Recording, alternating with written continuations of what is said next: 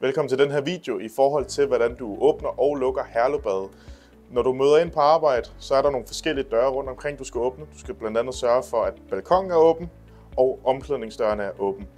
Det du gør, det er, at du tager din chip frem, tager den grønne chip, så går du over til vores kodelås over, starter du med at skrive stjerne 1 og kører chippen på.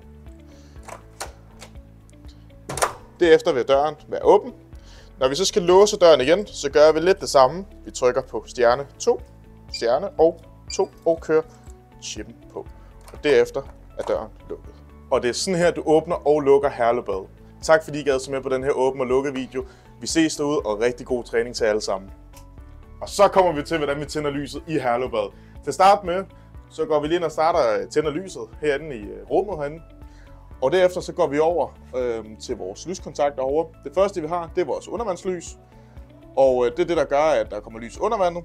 Så har vi lys under balkonen, så vi har lidt lys derude også, så man kan se, hvad man kommer gående. Og så har vi gangen og kælderen, som selvfølgelig er dernede i omklædningen. Så hvis man trykker på de to, så er der helt slukket nede i omklædningsrummet. Tænder man den, så er der selvfølgelig lys. Og det samme med gangen derude også. Og det er faktisk sådan her, at du får tændt det hele op med at låse op og få tændt hele lyset i hele Herlufbadet.